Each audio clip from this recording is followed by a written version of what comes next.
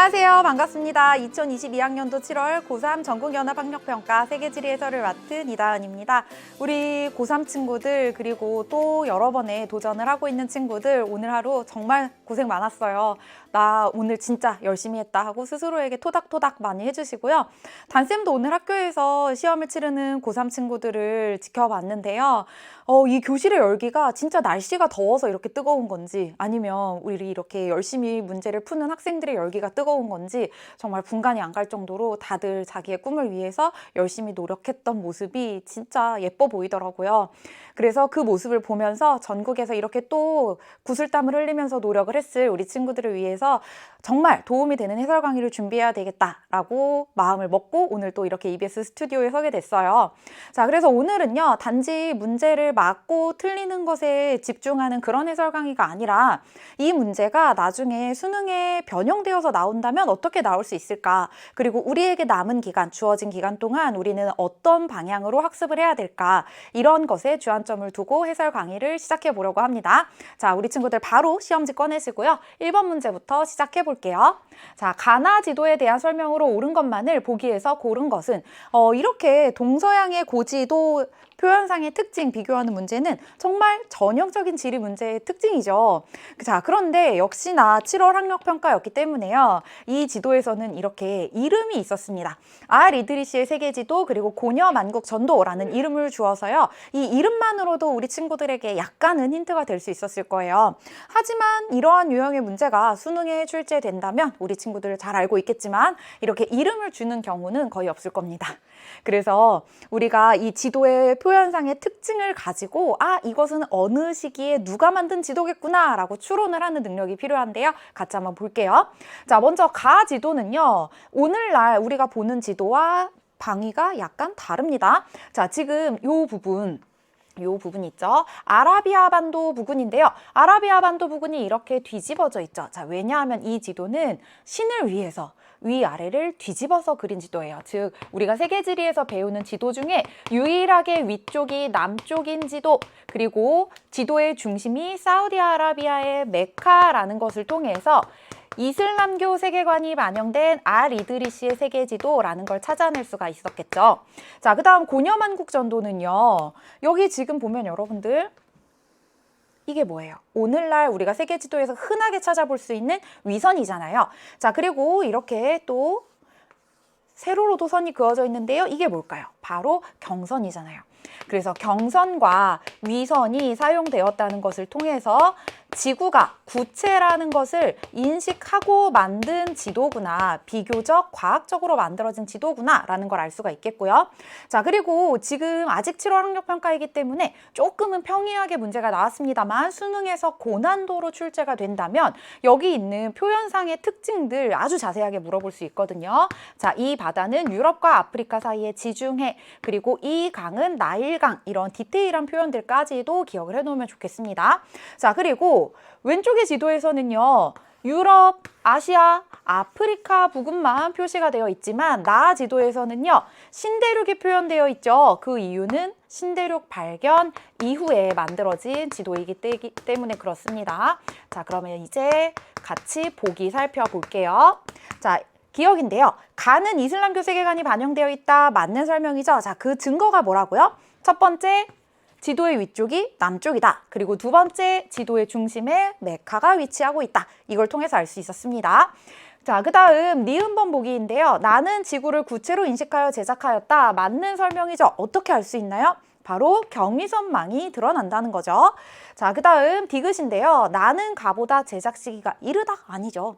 아직 이 지도가 유행하던 시기는요, 대략 11세기쯤, 그래서 신대륙이 발견되기 이전에 만들어진 지도였지만 나의 지도는 신대륙 발견 이후에 만들어진 지도라서 여기 이렇게 아메리카 대륙이 나타나고 있잖아요. 그래서 옳지 않은 설명이 되겠고요. 그 다음 리을, 가나 모두 아메리카 대륙이 표현되어 있다. 이것도 역시 옳지 않은 설명이죠. 이드리시 세계지도에는 유럽, 아시아, 아프리카만 표현이 되어 있었습니다. 그래서 첫 번째 문제 정답은 기억 니은이 되겠고요. 이제 두 번째 문제로 넘어가 보겠습니다. 자, 다음 글의 기역 미음에 대한 설명으로 옳은 것은 아타카마 크로싱 250km를 달렸다. 자, 다양한 국가에서 온 사람들이 자신의 한계에 도전하기 위해서 칠레의 아타카마 사막에 모여들었대요. 자, 이렇게 아직은 우리가 학습을 하는 과정이잖아요. 이 제시된 자료를 통해서도 얼마든지 공부를 할 수가 있는데요. 아, 맞다. 칠레에 있는 사막 이름은 아타카마 사막이었지 하고 한 번 더 상기시키면 되겠어요. 자, 그러면 기억에 대한 설명 한번 볼까요? 타걸풍의 비그늘에서 발달한 사막이다. 우리가 세계지리에서 배우는 세계 주요 사막 중에서 타걸풍의 비그늘에 위치하는 사막은 딱 하나죠. 바로 파타고니아 사막이요. 옳지 않은 설명이었습니다. 그럼 아타카마 사막은 왜 만들어지냐면 칠레 서부에는요. 차가운 바닷물 한류가 흐르잖아요. 해류, 한류가 흐르기 때문에 그런데 한류가 흐른다고 해서 무조건 사막이 형성되나요? 그건 아니죠. 중위도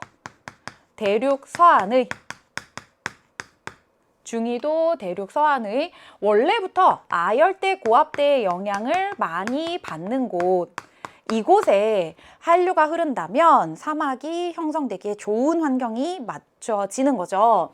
자, 한류가 흐르는 곳은 왜 사막이 잘 형성이 되냐면 기온이 낮기 때문에. 구름이 만들어지고 비가 내리려면 기온이 높아야 되는데요. 기온이 낮으니까 대기가 안정되어 있어서 비가 많이 내리지 않는 겁니다. 자, 그 다음 이렇게 사막에서는 모래 언덕을 볼 수 있는데요. 이런 모래 언덕, 우리가 공부할 때 뭐라고 하냐면 모래 사자에 언덕 구자를 써서 사구라고 부르는 지형이죠. 자, 그럼 모래 언덕이 만들어지려면 모래가 쌓여야 만들어지는 거잖아요. 근데 이번 설명 한번 볼까요? 니은은 바람에 날린까지는 맞아요. 근데 어디가 틀렸냐면 모래의 침식이 아니라 퇴적으로 인해서 형성되는 지형인 거죠. 자, 이렇게 기본 개념의 학습을 충실하게 했다면 금방 맞출 수 있는 문제였는데요. 혹시 이 문제가 어려웠던 친구들이 있다면 괜찮습니다. 다시 기본 개념으로 돌아가서 개념 학습부터 하고 다시 보면 아, 이거 굉장히 쉬운 문제였구나 하고 술술 풀리게 될 거예요. 자, 그 다음 소금호수를 걷고 달렸다고 하는데요. 이 소금호수는 연 증발량보다 연 강수량이 많은 지역에서 주로 발달한다. 자, 이것도 옳지 않은 설명이죠. 자, 사막의 전제 조건은요. 단순히 강수량이 250mm 미만인 곳이 아니라 여기에 숨겨진 전제 조건은요. 연 증발량이 강수량보다 많은 곳이라는 전제 조건이 숨어 있는 겁니다. 그래서 이것은 옳지 않은 설명이 되겠고요. 자, 그 다음 40도가 넘는 일교차래요, 여러분들. 그러면 낮에는 기온이 높이 올라갔다가 밤에는 기온이 영하로 뚝 떨어질 수도 있겠죠. 이렇게 일교차가 큰 지역에서는요, 암석 속에도 물이 있거든요. 이 물이 얼었다 녹았다 반복을 하게 되면서 물이 얼면 팽창을 하게 되죠. 암석에 힘을 가하게 되고 그러다 보면 잘게 깨지게 됩니다. 자, 이런 풍화를 뭐라고 하냐면 바로 물리적 풍화작용이라고 하죠. 그래서 4번이 맞는 설명이었네요. 옳은 것은 4번이었고요. 자, 5번 보기도 같이 한번 볼게요. 오아시스 마을에서는 지면의 열을 차단하기 위한 고산가옥이 발달한다? 옳지 않은 설명이죠. 그래서 4번이 정답인 문제였고요. 이제 3번으로 넘어가 보도록 하겠습니다. 자, 다음 자료는 주요 화석에너지의 국가별 소비량 비율을 나타낸 것이다. 가나다에 대한 설명으로 옳은 것은 단 가나다는 각각 석유, 석탄, 천연가스 중 하나임. 자, 항상 우리가 이런 자원에서 그래프를 볼 때는요. 세 가지 중에 하나가 나올 겁니다. 생산량 아니면 수출량 아니면 소비량이요. 이 문제는 지금 소비량이 나온 거예요. 그렇기 때문에 제시된 지문을 잘 봐야 됩니다, 여러분들. 이게 어떤 비율을 나타낸 그래프인지 잘 봐야 함정에 빠지지 않겠죠. 자, 그리고 우리 친구들 중에 비율을 딸딸 외우는 친구들이 있더라고요. 그런 공부가 정말 의미 없다고 단쌤이 늘 이야기하는데 이 문제를 통해서도 단순히 자료를 외우는 공부는 의미가 없구나. 개연성을 추론하는 힘이 필요하구나 라는 걸 깨달을 수가 있었어요. 자, 왜냐하면은요. 이 자료는 이 국가들이 전 세계 소비량에서 차지하는 비중을 나타낸 게 아니에요. 자, 여기 단서가 있었는데요. 에너지 소비량 상위 5개 나라의 합을 100%로 나타냈을 때 이 5개 나라에서 중에서 사용한 에너지의 합을 100%로 나타냈을 때 각각의 나라가 몇 프로를 차지하는지를 묻고 있는 거거든요. 자, 그래서 여기에서 가장 우리가 눈여겨볼 것은 바로 다입니다. 다는요, 중국이 전 세계 소비량 많은 나라 5개의 합 중에서도 무려 70%나 차지하고 있대요. 그래서 중국이 압도적으로 많이 사용하고 있는 자원, 인구도 많고 세계의 공장이라고 불릴 만큼 공업이 밀집해 있는 중국에서 많이 사용하는 자원입니다. 바로 다는 석탄이 되겠죠. 자, 그 다음에 가랑 나를 보면은요, 미국이나 중국의 비중이 상당히 높은데요. 그러면 미국이나 중국을 가지고 힌트를 얻기는 조금 어렵겠죠. 특이한 나라가 어떤 나라들이 있냐면 바로 가에서 힌트가 되는 곳은 사우디아라비아였습니다. 사우디아라비아는요, 석유 생산량이 워낙에 많은 나라잖아요. 그러니까 당연히 석유 소비량도 많을 수밖에 없겠죠. 그래서 사우디아라비아를 통해서 가가 석유라는 걸 찾아낼 수가 있겠고요. 자, 나는요, 러시아와 캐나다 이런 나라들에서 소비량이 많다는 걸 통해서 천연가스라는 걸 알 수가 있는데요. 자, 러시아 같은 경우에는 천연가스 생산량에 비해서 소비량이 적은 나라죠. 그래서 다른 나라에 수출도 많이 합니다. 그리고 이 자원을 이용해서 이제 자신들의 민족을 위해서, 자신들의 국가를 위해서 사용하는 자원 민족주의의 대상으로 천연가스를 이용하기도 하는데요. 최근에 러시아가 우크라이나를 침공했고 그에 대해서 이제 국제사회에서 비난의 여론이 커지니까 러시아에서는 그러면 우리 앞으로 유럽에 천연가스 공급하지 않겠다라는 선언까지 하게 됐죠. 자, 그렇게 러시아에서 천연가스 굉장히 압도적인 비중으로 생산하고 소비하고 수출한다는 내용은요, 올해 또 나올 가능성이 매우 높습니다. 이렇게 자원 그래프를 우리가 이해하면 국제 정세의 흐름도 볼 수가 있거든요. 그래서 단순히 그래프를 외우는 게 아니라 맥락을 이해하는 공부를 해야 됩니다. 자, 이제 1번 보기부터 같이 한번 볼게요. 자, 산업혁명기의 주요 에너지 자원이었던 것은 바로 석탄이었죠. 그 다음에 석유가 상용화됐고 그 다음에 냉동 액화 기술의 발달과 함께 천연가스를 이용하게 됐잖아요. 그래서 이 화석 에너지 자원의 상용화 시기 물어보는 문제 정말 많이 나오는데요. 석탄이 가장 먼저 산업혁명 시기에, 그리고 두 번째 19세기 내연기관의 발명과 함께 석유, 그리고 석유의 존재를 알았을 때 이미 천연가스의 존재를 알았지만 위험하기 때문에 사용하지 못하다가 냉동 액화 기술의 발달 이후에 천연가스를 사용하게 됐습니다. 자, 그래서 정답은 2번이고요.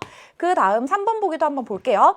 자, 신생대 제3기층 배사구조에 주로 매장되어 있는 것은 석유와 천연가스죠. 이렇게 비슷한 지역에 같이 매장이 되어 있었기 때문에 석유를 개발할 때 이미 천연가스의 존재를 알았던 겁니다. 그 다음 4번 보기 볼게요.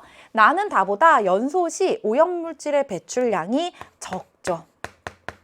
그렇기 때문에 이런 미국이나 캐나다와 같은 선진국 지역에서 최근에 소비량이 증가하고 있는 화석에너지 자원이기도 합니다. 자, 그 다음 5번. 다는 가보다 수송용으로 이용되는 비율이 높다. 자, 석유는요, 대부분 수송용 자원으로 이용이 됩니다. 자, 그래서 요즘에 우리나라 석유 가격이 계속 높아지고 있죠. 이것도 역시 국제 정세의 영향 때문인데요. 그러면서 화물차 운전하시는 분들께서 굉장히 이 곤란함을, 어려움을 토로하시고 계시죠. 그런 게 바로 석유가 대부분 수송용으로 이용되고 있구나 하는 걸 이해할 수 있는 흐름이라고 할 수가 있겠고요. 자, 천연가스는요, 산업용으로 많이 이용되지만 다른 자원들에 비해서 가정용으로 많이 이용이 되고 있습니다. 다른 자원들에 비해서 상대적으로 가정용으로 이용되는 비중이 높고요. 석탄은 주로 공업이나 발전용으로 이용이 되는데요. 이것을 우리가 분류할 때 산업용으로 분류하고 있어요. 그래서 석탄은 주로 산업용으로 이용된다. 이 내용까지 정리해두면 좋겠습니다. 자, 그리고 이렇게 우리 소비량 그래프를 이해했으니까요. 우리 친구들 복습할 때는 자원의 생산량 그리고 자원의 수출량까지도 연계해서 복습하면 좋겠습니다. 이제 4번 문제로 넘어가 보도록 할게요. AD 지형에 대한 설명으로 옳은 것만을 보기에서 고른 것은 단 A, B, C, D는 각각 갯벌, 리아세안, 석호, 피오르해안 중 하나임. 특히 여기에서 우리 친구들이요, 갯벌이랑 석호는 조금 쉽게 구분할 수 있었을 것 같아요. 근데 리아세안이랑 피오르해안이 헷갈렸을 것 같아요. 둘 다 해안선이 굉장히 복잡한 모습으로 드러나 있잖아요. 우리 학교 친구도 이거 질문을 하더라고요. 선생님, 이렇게 피오르해안이랑 리아세안 나오면 어떻게 구분해야 돼요? 아주 간단한 건데요. 위도를 구분해 보세요. 자, 단쌤이 늘 하는 이야기가 있죠. 세계 지리에서 지형 문제가 나올 때 이렇게 전체적인 모습을 조망할 수 있는 지도가 나온다면 이 지도를 통해서 힌트를 제발 얻어달라는 이야기입니다. 그래서 여기 있는 A, B, C, D 지도에만 눈길을 주지 말고 가운데에 있는 이 지도에도 눈길을 줬으면 좋겠어요, 여러분들. 자, 지금 보니까요. A는 아이슬란드 굉장히 고위도에 위치하고 있죠. 자, 이 정도가 대략 위도 60도 부근인데요. 이곳은 위도 60도보다도 훨씬 더 고위도 지역입니다. 그러니까 여기에는 과거 마지막 빙기 때 빙하가 분포하지 않았을까요? 그러면 빙하가 침식을 한 곳에는 U자 모양의 골짜기가 만들어졌을 거고, 오늘날 이제 해수면이 상승하면서 이 U자국이 침수되면 바로 피오르 해안이 만들어지는 거잖아요. 그래서 A는 바로 피오르 해안이었던 겁니다. 자, 반면에 이 지역은요, 에스파냐 북서해안, 이곳의 이름 때문에 우리가 이런 해안을 리아스 해안이라고 부르게 된 건데요. 자, 지금 이곳은요, 생각보다 위도가 낮은 지역이죠. 그렇다면 가장 마지막 빙하기 때에 빙하로 덮여 있었다기보다는 하천의 영향을 받았던 곳이었겠죠. 그리고 하천이 빙하보다 침식력이 약하기 때문에 하천이 만들어 놓은 골짜기는 V자 모양의 계곡이었을 겁니다. 그리고 그곳이 오늘날 침수되어서 만들어진 게 바로 리아스 해안이잖아요. 이 C 지역은 리아스 해안이었던 거죠. 자, 그래서 이렇게 피오르랑 리아스 구분하는 힌트는 뭐라고요? 바로 위도입니다. 자, 그 다음에 B는요, 해안선 바깥으로 뭔가 퇴적이 되어 있다라는 의미죠. 이 점점점 이것이 바로 퇴적물이 쌓여 있다라는 의미잖아요. 갯벌이 되겠고요. 자, 그 다음 D는요, 여기 이제 후빙기 해수면이 상승하면서 이렇게 많이 만들어졌고 해안선 모양이 이렇게 휘어진다면 이 바닷물의 흐름도 해안선을 따라서 평행하게 바뀌게 됩니다. 그것을 연안류라고 하는데요. 이런 연안류를 따라서 모래가 쌓이게 되고 그런 모래가 만의 입구를 가로막게 되면 우리는 이것을 모래기둥 사주라고 하죠. 그럼 여기 있는 물은요? 원래 여기 있는 바다랑 한 몸이었는데 지금은 호수로 분리가 돼버렸잖아요. 여기 가서 우리 친구들이 물을 먹어보면 짤까요? 그렇죠. 그래서 이곳을요, 갯벌 석자를 써서 석호라고 부르는 겁니다. 이렇게 D는 석호였다는 것까지 찾아줬고요. 그럼 이제 보기 같이 보도록 할게요. 자, 기억번. A는 하천에 의해 침식된 골짜기가 침수되어 형성되었다. 여기서 딱 한 단어만 바꾸면 정답이 됩니다. 뭘까요? 하천이 아니라 빙하라고 바꿔주면 정답이 되겠죠? 옳지 않은 설명이었고요. 이 기억의 설명은 C에 대한 설명으로 맞는 보기가 될 수 있겠네요. 자, 그 다음 니은 B는 주로 파랑 에너지가 집중되는 곳에 발달한다. 자, 파랑 에너지가 집중되면 무슨 일이 일어날까요? 물이 힘이 세면 침식을 하겠죠.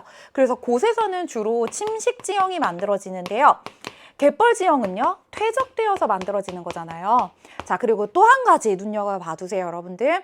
우리가 세계지리에서 배우는 모든 지형들 중에서 조류에 의해서 밀물, 썰물, 조류에 의해서 퇴적이 되는 것은 바로 갯벌밖에 없습니다. 그래서 파랑도 옳지 않은 설명이었고요. 곳에 주로 발달한다. 이것도 옳지 않은 설명이었네요. 자, 그 다음 디귿 볼까요? C는 후빙기 해수면 상승으로 형성되었다. 맞는 설명이죠. 자, 하천이 빙하기 때 해수면이 낮아지면서 이 낮아진 해수면을 쫓아서 열심히 침식을 하면서 골짜기를 만들어놨죠. 그리고 이 골짜기가 후빙기 해수면 상승으로 인해서 침수된 게 바로 리아스 해안이잖아요. 그래서 디귿이 맞는 설명이었고요. 그 다음 리을 볼게요. D는 현재 해수면 높이가 유지되며 면적이 점차 축소된다. 자, 어떤 일이 일어나게 될까요? 이 석호가 만들어진 것도 역시 하천의 영향이었죠. 이 지도에는 지금 그려져 있지 않지만 이 석호로 유입이 되는 하천이 어딘가에 있을 거예요. 그리고 하천의 역할은 높은 곳에 있는 물질을 깎아서 운반해서 낮은 곳에 쌓아 놓는 거죠. 그러면 계속 하천 퇴적 물질이 쌓이면 이 호수는 점차 줄어들겠죠. 그래서 리을은 맞는 설명이라고 할 수가 있겠네요. 4번 문제 정답은 디귿 리을이었습니다. 자, 이제 5번으로 넘어가 보도록 할게요. 가나다 지역에 대한 설명으로 옳은 것은, 자, 이렇게 미국의 공업지역 세 군데 비교하는 건 정말 전형적으로 많이 나오는 유형인데요. 자, 대부분 이런 유형으로 출제가 됩니다. 서부 지역에 캘리포니아, 그리고 남부 지역에 텍사스주, 그리고 오데오 연안 지역에 한 군데 나올 거예요. 근데 캘리포니아랑 텍사스는요, 딱 여기가 두 군데가 계속 고정적으로 나오는데 오데오 연안 지역은 여기가 나올 수도 있고 여기가 나올 수도 있고 여기가 나올 수도 있고 이 인근에 다른 주들이 나올 수도 있거든요. 그래서 여러분들 이 주 이름이 뭐였더라? 주 이름 몰라도 풀 수 있어요. 주 이름 모른다고 해서 걱정하지 말고요. 그냥 이런 지역 나오면 5대5 연안 지역이구나. 이렇게 그냥 가볍게 보고 풀면 되겠습니다. 여기 호수 5개 있잖아요. 호수 5개 있으니까 여기 5대5 연안 지역이구나. 전통적인 공업지역이겠네. 이렇게 보고 풀면 되겠습니다. 자, 이 5대5 연안 공업지역이요. 발달할 수 있었던 요인 첫 번째는 바로 풍부한 석탄이죠. 자, 석탄 어디 있는지 지도에서 한번 여러분들 손으로 그려봐요. 석탄. 동부 지역에 고기습곡산지 네팔레치아 산맥 있잖아요. 자, 두 번째로 철광석이 풍부했기 때문인데요. 자, 철광석은 어디에 많이 있었을까요? 이곳이 대부분 안정육계에 해당하는 지역이죠. 자, 그 다음 세 번째, 물을 이용해서 수송을 하기가 좋았습니다. 왜요? 이 주변에 5대호가 있었기 때문에요. 그래서 5대호의 수운을 이용할 수 있었고, 자, 그리고 유럽인들이 미국에 넘어왔을 때 동부 지역부터 정착을 했겠죠. 그래서 대도시들은 동부 지역에 많이 분포하고 있었고, 이 대도시가 있다는 것은요, 인구가 많다는 것은 내가 노동력을 얻을 수 있는 바탕이 되기도 하지만 내가 만들어낸 물건을 팔 수 있는 소비 시장이 되기도 하죠. 그렇기 때문에 이러한 장점들을 바탕으로 일찍부터 전통 공업 지역이 형성이 될 수가 있었던 겁니다. 자, 그 다음에 이런 지역들은 발달 역사가 오래됐기 때문에 이제 쇠퇴하게 되고요. 새로운 곳들이 떠오르고 있죠. 자, 빨간 펜 들고 여기 체크해 볼 건데요. 중요한 곳이 바로 여기죠. 실리콘밸리. 실리콘밸리 있는 이곳은 샌프란시스코가 되겠고요. 자, 그 다음에 또 한 군데죠. 우리 친구들 영화 좋아하나요? 전 세계 영화 산업의 중심지 하면 딱 어디가 떠올라요? 할리우드요. 할리우드가 이곳에서 영화 산업이 성장할 수 있었던 것도 바로 이곳의 기후 때문인데요. 지중해성 기후. 그래서 온화한 기후 덕분에 영화 산업이 발달할 수 있었던 겁니다. 야외 촬영하기에 굉장히 좋은 청명한 날씨, 그리고 필름을 장기간 보관해도 뽀송뽀송하게 잘 보존될 수 있었던 기후 덕분에 영화 산업이 발달할 수 있었던 거죠. 자, 오늘 아침 뉴스에도 나오더라고요. 세계 3대 석유 시장 중에 하나가 바로 여기 텍사스 지역이거든요. 이 주변의 멕시코만 연안 지역에서 석유가 굉장히 많이 생산이 되고 있습니다. 또 한 가지, 우리나라 최근에 인공위성 발사 성공했죠. 우리나라에서도 굉장히 위도가 낮은 곳에 우주센터가 있잖아요. 미국도 마찬가지입니다. 이렇게 미국에서 위도가 낮은 곳에 미 항공우주국 나사가 있어요. 자, 그러면 이렇게 우리가 이 특징들을 알고 다시 표를 보면 굉장히 쉽게 풀리는 경험을 할 수가 있을 텐데요. 다시 표로 돌아가 보도록 할게요. 자, 가 지역은요, 컴퓨터 및 전자제품의 비중이 가장 높습니다. 무려 이 지역의 제조업 풍목별 생산액에서 차지하는 비중이 34%고요. 그리고 여기 제조업 총 생산액도 알려줬잖아요. 다른 지역들에 비해서 총 생산액도 많습니다. 가 지역은 어디일까요? 가는 바로 실리콘밸리가 있는 캘리포니아가 되겠고요. 자, 그 다음에 나를 한번 볼까요? 나는요, 화학 제품의 비중이 굉장히 높네요. 근데 여러분들 이 화학 제품이 대부분 석유를 가공하는 거거든요. 자, 우리 몸의 70%는 물이라고 하잖아요. 우리가 가지고 있는 소지품의 70%는 석유에서부터 옵니다. 단쌤이 입고 있는 옷, 그리고 단쌤이 쓰고 있는 분필 케이스, 이 플라스틱 이런 것들 다 석유에서 뽑아내는 물질을 가공해서 만드는 거거든요. 그래서 석유 화학 공업의 비중이 높다는 것을 통해서 세계 3대 석유 시장이 위치하고 있는 나는 바로 텍사스구나, 이렇게 찾아주면 되겠고요. 자, 그 다음에 다는요. 다는 자동차, 부품, 기계, 금속 이렇게 중화공업의 비중이 높다는 걸 통해서 전통공업 지역인 5대호 연안 지역이구나, 이렇게 찾아줄 수가 있겠습니다. 자, 그럼 이제 보기 같이 보도록 할게요. 자, 가의 대표적인 공업도시로는 휴스턴이 있다. 이것은요, 가가 아니라 여기, 자, 여기 위치 다시 표시해 볼게요. 가가 아니라 여기 나 지역에 해당하는 설명이었죠. 그리고 이 휴스턴에 바로 미 항공우주국 나사가 위치하고 있다는 거 꼭 기억해 주세요. 그 다음 2번, 다에는 첨단 산업단지인 실리콘밸리가 있다. 다가 아니고 어디에 있는 거예요? 캘리포니아에 있는 거였죠. 그래서 옳지 않은 설명이었고요. 자, 그 다음 3번 볼까요? 나는 다보다 내륙 수은이 공업 발달에 미친 영향이 크다. 자, 이 오데오 연안 지역이 공업이 발달할 수 있었던 배경을 우리가 정리해 봤는데요. 지도만 보면 딱 눈에 보이죠? 5개의 호수. 그래서 이곳은 호수를 이용한 수은이 발달하기에 좋았습니다. 옳지 않은 설명이겠고요. 그 다음 4번. 다는 가보다 공업 발달의 역사가 길다. 이게 바로 정답이 되겠네요. 그 다음 5번 보기 볼까요? 가는 썬벨트에 해당하는 것까지는 맞는데요. 러스트벨트에 해당하는 곳은 바로 다가 되겠습니다. 러스트가요. 바른, 쇠퇴한 이런 뜻이거든요. 나 지역도 미국에서는 상당히 기후가 온화한 남부 지역에 해당하죠. 그래서 이러한 곳이 썬벨트에 해당하는 곳들이 되겠습니다. 자, 이제 6번 문제로 넘어가 볼게요. 자, 이 6번 문제는 우리가 진짜 끝까지 포기하지 않고 자료에 집중한다면 굉장히 쉽게 힌트를 얻을 수 있다는 걸 알려주고 있는데요. 자, 츠와나족의 땅. 이 츠와나라는 단어가 힌트가 됩니다. 보츠와나 찾아주면 돼요. 지도에서 보츠와나에 해당하는 곳은 바로 C가 되겠죠.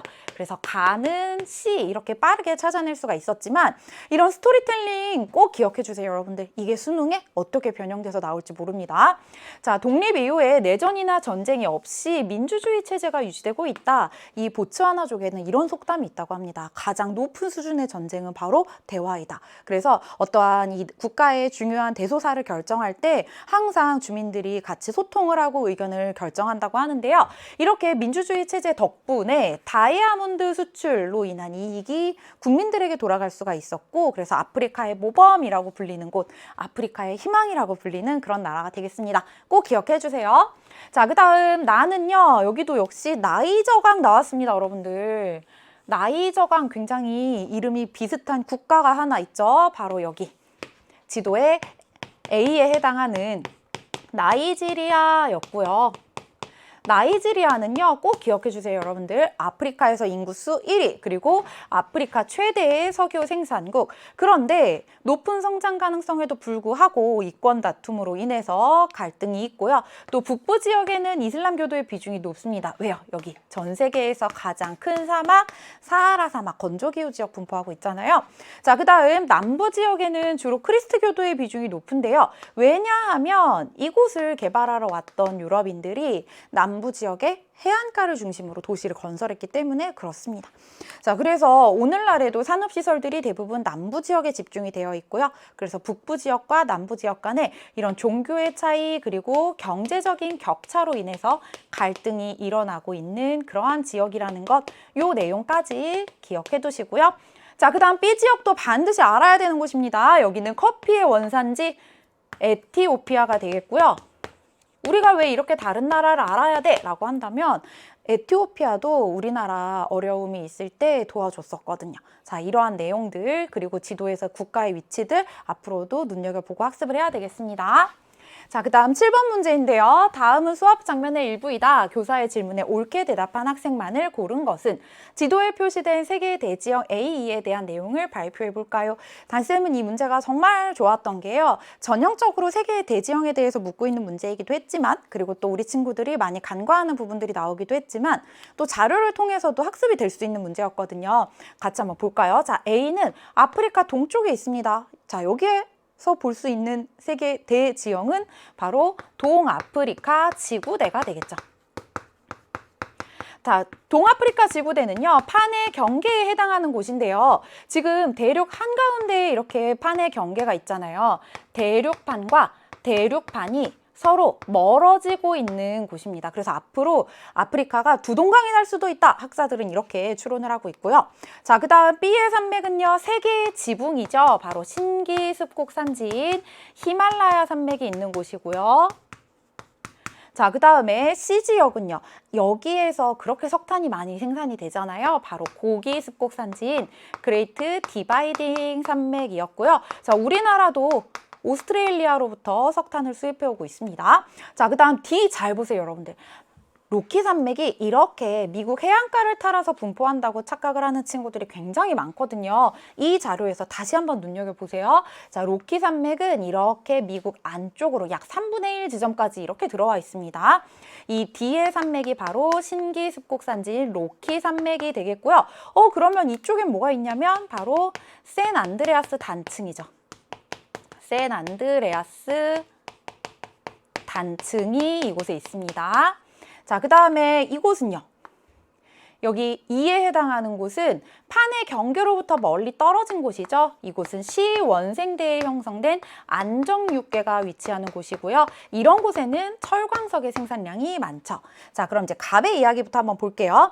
A에는 판이 갈라지는 경계가 나타납니다. 맞는 설명이죠. 판과 판이 서로 멀어지면서 앞으로 아프리카가 두 동강이 날 수도 있다. 이 내용 기억해 주세요. 그 다음에 을의 이야기. B는 고생대 조산운동으로 형성된 산지입니다. 아니죠. 신생대 조산운동으로 형성된 산지가 되겠고요. 병, C는 D보다 평균 해발 고도가 낮습니다. 자, C는요, 고기습곡산지이고 D는요, 신기습곡산지이죠. 그러면 C가 D보다 평균 해발 고도 낮은 거 맞는 설명이죠. 왜요? 만들어진 지 더 오래됐고 오랫동안 풍화 침식 운반 퇴적을 받았으니까요. 자, 정의 이야기. E는 A보다 지진과 화산 활동이 활발합니다. 자, E는요, 시원생대에 만들어진 이후에 지금까지 오랫동안 안정육계에 해당하고 있는 곳인데 A는 지금 현재 판이 벌어지고 있는 경계에 위치한 곳이잖아요. 그래서 E보다 A가 지진과 화산 활동이 활발하다가 맞는 설명이 되겠죠. 이 문제 정답은 갑평이었습니다. 자, 이제 8번 문제로 넘어가 보도록 할게요. 다음 글의 기역 미음에 대한 설명으로 옳지 않은 것은, 자, 국제사회는 바젤 협약의 규제 대상에 플라스틱 폐기물을 포함하기로 합의하였다. 근데 이런 합의가 비교적 최근에 이루어진 합의였거든요. 자, 단쌤이요, 이 환경 문제와 관련해서 최근에 이슈가 되고 있는 협약들을 꼭 좀 잘 기억해 달라고 늘 강조해 왔었는데 이렇게 진짜 출제가 됐습니다. 단쌤이 강조했던 협약 2개가 뭐였냐면 바로 이 바젤 협약, 그리고 한 가지가 런던 협약이었거든요. 바젤 협약은요, 유해 폐기물의 국가 간 이동 처리에 관한 국제 협약입니다. 자, 우리나라도요, 부끄러운 이야기지만 우리나라에서 발생하는 플라스틱 쓰레기를 개발도상국에 수출을 했었거든요. 그러다가 이제 다른 나라들에서 이제 더 이상 쓰레기 수입하지 않을 거야 라고 하니까 이제 플라스틱 폐기물을 우리나라에서 스스로 처리해야 되는 상황이 됐고, 그러다 보니까 기업들에서도요, 이 분리배출하기 편한 라벨이 없는 플라스틱 통 이런 것들을 출시하게 됐죠. 이렇게 전 세계에서 플라스틱과의 전쟁을 하고 있습니다. 그래서 최근에 중요성이 높아지고 있는 협약이고요. 자, 그리고 또 런던 협약은 단쌤이 왜 중요하다고 했냐면, 이거 많은 친구들이 바젤 협약이랑 헷갈리는데요. 런던 협약은 해양 폐기물과 관련된 협약입니다. 최근에 우리나라 인근의 일본에서 방사능 오염수를 바다에 방류하는 것이 문제가 되고 있죠. 그래서 국제사회에서 이거 런던 협약을 어기는 행위야 라고 비난을 하고 있어요. 그렇기 때문에 이 2가지 협약은 잘 기억을 해주시고, 자, 그럼 계속 문제에 집중해서 보겠습니다. 플라스틱 폐기물은요, 바닷속에 있는 물고기들이 봤을 때 이 플랑크톤이랑 구분이 잘 안 된다고 해요. 햇빛에 비춰서 보면 반짝반짝 거리기 때문에 먹이인 줄 알고 먹었다가 사망하게 되는 그런 경우가 많다고 합니다. 그래서 니은 맞는 설명이고요. 자, 그 다음 디귿, 유럽연합 회원국 간에는 생산 요소의 자유로운 이동이 보장된다. 자, 이렇게 갑자기 환경 문제 이야기하다가 지역 경제 협력체에 대한 내용 묻고 있죠. 이런 단원 간의 융합이 요즘 대세입니다. 그래서 세계지리 공부할 때는요, 한번 개념 공부 쭉 한 다음에 문제풀이를 해야 되겠어요. 자, 그 다음 4번, 기후변화의 주요 원인은 온실가스 배출량 증가이다. 여기까지 맞는 설명인데요. 자, 만약에 1, 2, 3, 4번 중에 우리 친구들이 확신이 가는 보기가 없었다고 한다면 세모 치고 그래도 5번까지 쭉 보다 보면 5번에서 정답을 찾을 수가 있었을 겁니다. 자, 5번 파리협정인데요. 리우 협약을 만들었는데, 리우에서 우리가 이 기후변화를 위해서 뭔가 대응을 하자라고 협약을 했는데 왜 파리협정을 다시 만들었겠어요? 이 리우 기후 정상회의에서는요, 우리가 이 지속 가능성을 생각해야 돼라는 것에 대해서 이제 공감대가 형성이 된 거였고요. 그 다음에 교토에서 교토의정서를 만들었습니다. 여기서는 우리가 리우에서 좋은 얘기 많이 했지만 변한 게 별로 없다. 그래서 적극적인 액션을 취하자라고 했는데, 이때에는 선진국과 개발도상국을 분리했습니다. 왜냐하면 선진국은 그동안 오염을 많이 만들어냈으니까 개발도상국에게 개발의 기회를 주어야지. 그래서 개발도상국은 온실가스 감축 의무를 유예시켜줬어요. 자, 우리나라는 교토의정서 체결할 때 개발도상국으로 분류됐었습니다. 그래서 우리나라는 온실가스 감축 의무를 면제받았었죠. 하지만 파리협정에서는요, 선진국과 개발도상국 모두 다 온실가스 감축에 동참해야 돼 라고 이야기하고 있어요. 그게 바로 이전의 협약과 달라진 점이거든요. 이 내용은 앞으로 또 출제될 수 있겠습니다. 그래서 5번이 바로 옳지 않은 내용이었네요. 자, 이제 9번으로 넘어가 보도록 할게요. 그래프는 지도에 표시된 네 국가의 종교별 신자수 비율을 나타낸 것이다. 이에 대한 설명으로 옳은 것은 단 A, B, C는 각각 불교, 이슬람교, 힌두교 중 하나임. 이 문제 3점짜리였고 사실 우리 친구들이 느끼는 체감 난이도는 굉장히 높았을 것 같은데요. 항상 여러분들 문제가 어렵고 자료가 잘 해석이 되지 않으면 기본으로 돌아가세요. 가장 기본에서 힌트를 찾을 수가 있습니다. 같이 한번 해볼게요. 자, 우선 여기 지도에 표시되어 있는 곳이요, 네팔이었는데요. 네팔은 단쌤이 종교에서 항상 인도랑 같이 보라고 했었죠. 네팔과 인도에서 힌두교의 비중이 높게 나타나잖아요. 그래서 네팔은 힌두교가 압도적으로 높겠구나 라는 힌트. 그 다음에 두 번째로 이곳인데요. 왜 이 나라는 인도가 아니라 이렇게 다른 나라로 분리 독립을 했을까요? 사실 여기 있는 나라들이 다 영국의 식민 지배를 받다가 종교의 다양성 때문에 분리 독립을 하게 됐거든요. 자, 이 나라는 바로 방글라데시입니다. 방글라데시는요, 이슬람교의 비율이 높은 나라가 되겠죠. 그래서 이곳에서 이주해 온 사람들, 이곳에서 미얀마로 이주해 온 사람들이 지금 불법 체류자로 탄압을 받고 있어서 국제사회 이목이 집중이 되기도 하죠. 로힝야족과 관련된 내용까지 연결해서 방글라데시에는 이슬람교의 비율이 높다라는 거 기억해 놓고요. 자, 이곳은 인도양의 눈물이죠. 바로 스리랑카입니다. 이곳은 차 생산이 굉장히 유명한데요. 이곳에 이제 차 생산 플랜테이션을 위해서 인도에서부터 힌두교도들을 데리고 왔죠. 그리고 그들에 대한 차별이 문제가 되기도 했는데요. 왜냐하면 스리랑카는 국민 대부분이 불교 신자인 나라거든요. 자, 그리고 여기 있는 인도네시아와 말레이시아는요, 이렇게 동양과 서양을 오가는 길목에 있는 곳이었습니다. 다양한 문화가 섞일 수밖에 없었겠죠. 그리고 이슬람 상인들이 이곳까지 활약을 하면서 이슬람교를 전파했고요. 말레이시아에서는 이슬람교의 비중이 매우 높게 나타납니다. 자, 근데 사실 여기까지는 우리 친구들이 잘 알고 있는 내용이었을 것 같아요. 그리고 방글라데시에서 비중이 가장 높다는 걸 통해서 B가 이슬람교라는 것도 찾아냈을 것 같아요. 그리고 이슬람교의 비중이 높다는 걸 통해서 가가 말레이시아라는 것까지 찾아냈을 것 같아요.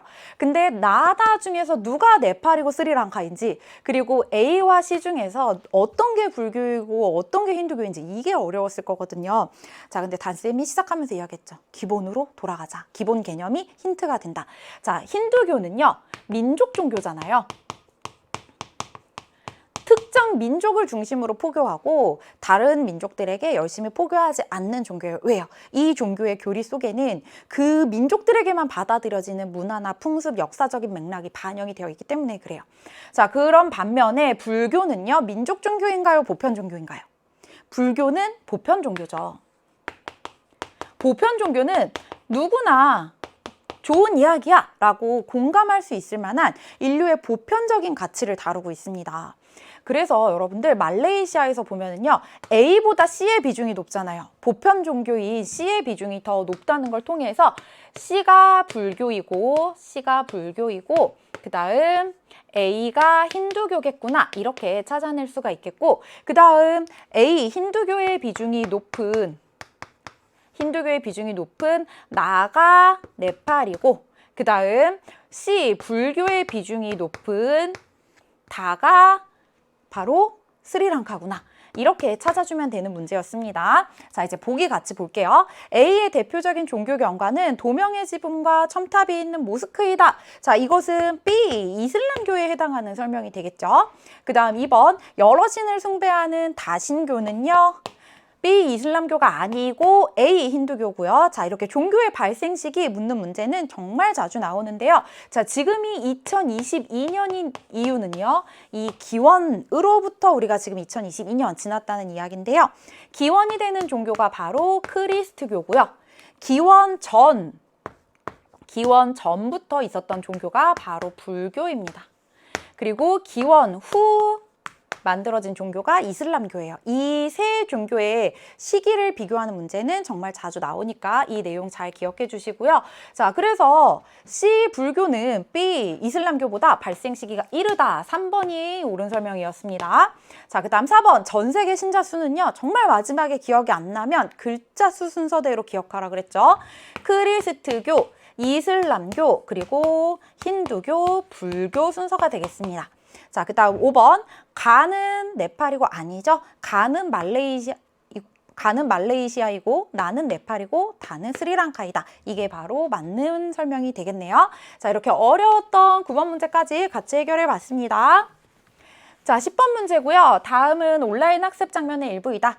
답글 기억 리을 중에서 옳은 내용만을 고른 것은 단 A, D는 각각 권곡, 드럼린, 에스커, 호른 중 하나임. 자, 전형적으로 빙하 지형의 특징 물어보는 문제가 나왔죠. 자, A는요, 이렇게 뾰족뾰족한 뿔이 나타나고 있는데요. 사실 여기 다 빙하로 덮여 있었던 곳입니다. 그래서 빙하가 아래로 내려가면서 침식을 하게 되고 이 뾰족한 암석에 봉우리만 남게 된 A는 바로 호른이고요.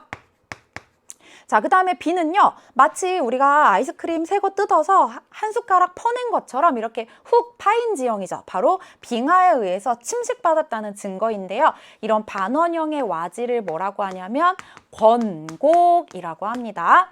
자, 그 다음에 C는요, 숟가락으로 엎어놓은 듯한 모양이죠. 마치 우리가 아이스크림 한 숟가락 떠서 엎어놓은 것 같은 모양. 퇴적 지형이고요. C는 드럼린이죠. 자, 그 다음 D는요, 퇴적 지형인데 뭔가 흐름을 가지고 퇴적이 되어 있어요. 제방 모양의 지형이라는 걸 통해서 이곳은 흐르는 빙하 녹음물, 융빙수에 의해서 만들어진 퇴적 지형이구나 라는 걸 알 수가 있겠고 D는 바로 에스커였습니다. 자, 그럼 이제 보기 같이 한번 볼까요? 자, A는 빙하에 의해 침식되고 남은 지형입니다. 이것이 바로 호른에 대한 정의잖아요. 기억은 맞는 설명이었어요. 자, 그 다음 B는 빙하에 의해 운반된 물질이 퇴적되어 형성됩니다. 자, 퇴적이 됐다면 이렇게 뭔가 볼록하게 올라와 있는 모양이겠죠? 여기는 우리가 아이스크림 퍼낸 것처럼 훅 파여 있잖아요. 퇴적이 아니고 침식받아서 만들어지는 지형이었습니다. 자, 그 다음 C의 형태를 통해 빙하의 이동 방향을 알 수 있습니다. 이거 단쌤이 굉장히 중요하다고 강조했던 건데 드디어 나왔네요. 자, 어떻게 알 수 있냐면 우리가 무거운 물건을 밀 때, 처음에 밀 때는 힘이 많이 들어가지만 그 다음에 그냥 쭉 밀고 가면 되잖아요. 자, 여기도 지금 보면 처음에 빙하가 여기 있는 물질들을 밀어 올릴 때는 힘들었겠죠? 그래서 이쪽은 경사가 상당히 급한 모습이 나타나는데 상대적으로 꼬리 쪽으로 가면서 경사가 완만해지고 있어요. 이곳의 빙하는 이 방향으로 이동을 했겠네요. 그래서 이것의 형태를 통해서 빙하의 이동 방향을 알 수가 있습니다. 자, 그 다음 D는 C보다 퇴적물의 분급이 불량합니다. 분급이 뭐냐면 큰 것부터 작은 것까지 이렇게 차례대로 퇴적이 되어서 급이 나누어져 있는지 아니면 큰 물질, 작은 물질이 혼재되어 있는지를 이야기하는 건데요. 자, 드럼린 같은 경우에는 빙하가 이동하면서 그냥 지표에 있던 물질들을 훅 밀어서 퇴적을 해놓은 거죠. 반면에 에스커는 융빙수라고 하는 흐름을 가지고 있는 물에 의해서 퇴적이 된 거잖아요.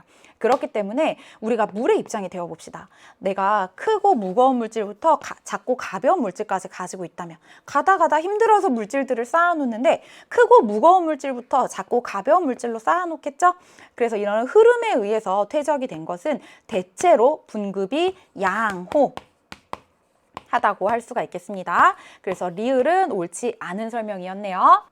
자, 그럼 이제 11번 보겠습니다. 지도에 표시된 세 지역의 시기별 평균 기온과 강수량을 나타낸 것이다. 가나다 지역에 대한 설명으로 옳은 것은 단 A, B 시기는 각각 1월, 7월 중 하나임. 자, 이렇게 지도가 나오면 우리는 항상 뭐부터 해야 돼요? 적도의 선부터 그어야 돼요. 또 그러면 이제 엄청난 힌트가 나타나게 되겠죠?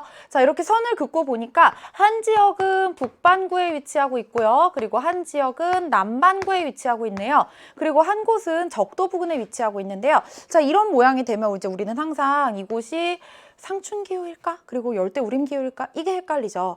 굉장히 전형적인 문제였는데 요 두 지역의 기후를 분간하는 게 우리 친구들이 많이 헷갈렸을 것 같아요. 그래서 단쌤이 정리해 드릴게요. 자, 열대우림기후는요, 여러분들 항상 절반, 요것만 기억을 하세요. 무슨 뜻이냐면 이 적도가 지나는 선 있잖아요. 이 주변에 딱 절반까지, 이 대륙의 절반까지가 바로 열대우림기후에 해당하는 지역들입니다. 근데 라틴 아메리카에는요, 한 가지 변수가 있죠.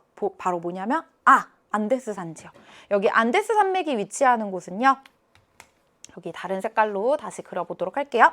자, 여기 안데스 산맥이 위치하는 곳은요. 이곳은 해발고도가 워낙에 높죠. 해발고도 3,000m 혹은 4,000m씩 되는 높은 지역들이다 보니까 열대우림기후가 아니라 고산기후, 상춘기후가 나타납니다. 그래서 여기에 항상 조심을 해야 되겠습니다.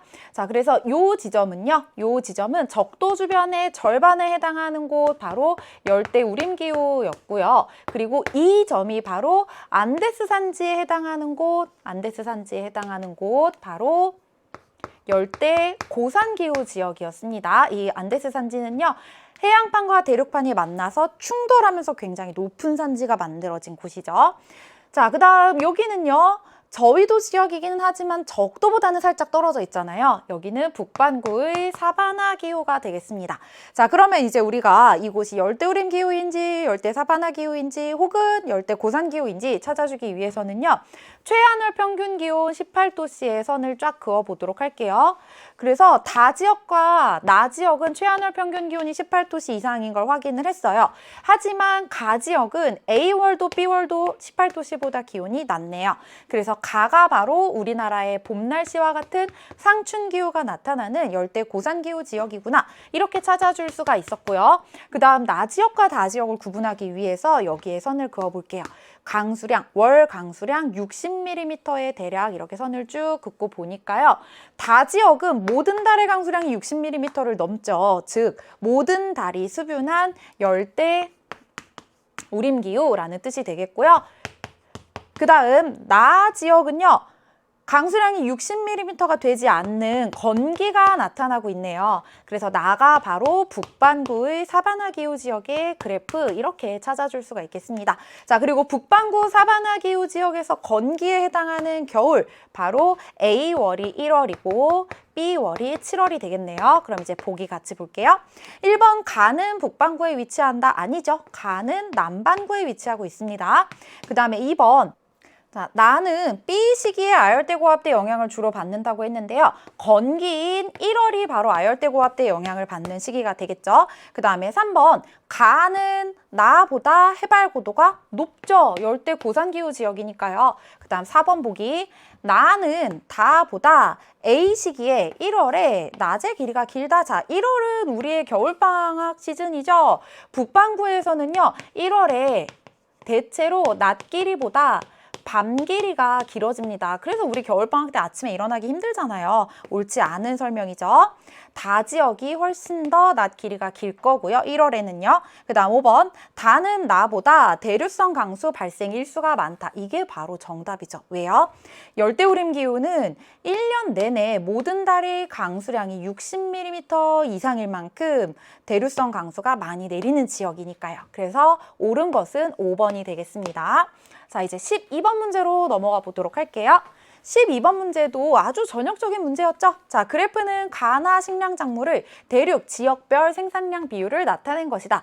이에 대한 설명으로 옳은 것은 단, 가나는 밀, 쌀, 옥수수 중 하나이며 A, B는 각각 아메리카, 아시아 중 하나임. 자, 여기서요. 밀과 쌀은 대부분 식량 자원으로 이용이 되죠. 그러면 어디에서 많이 재배할까요? 인구가 많은 지역에서 많이 키우겠죠. 사람들이 먹고 살아야 되니까요. 그래서 중국과 인도에서 밀과 쌀을 많이 키우고 그래서 두 자원 모두 다 아시아의 비중이 압도적으로 높은데요. 근데 밀은요. 아시아에서만 주식으로 삼나요? 아니죠. 유럽이나 오세아니아, 아프리카, 아메리카 많은 지역들에서 주식으로 삼기 때문에 그래서 상대적으로 아시아의 비중이 압도적으로 높은 것은 바로 쌀입니다. 자, 여기 쌀에다가 써놓으세요, 여러분들. 아시아 압도.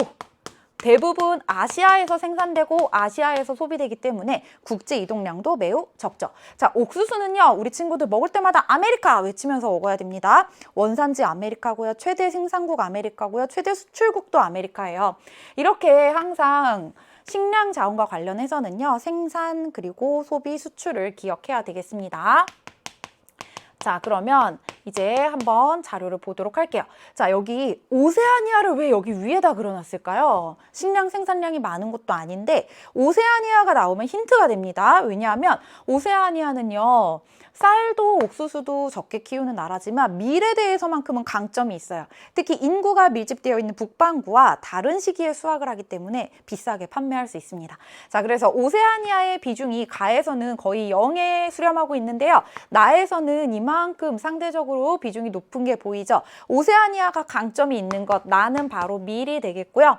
그러면 밀을 가장 많이 키우고 있는, 생산량이 가장 많은 B 대륙은 당연히 식량 자원인 밀이니까요. 인구가 많은 대륙 아시아가 되겠네요.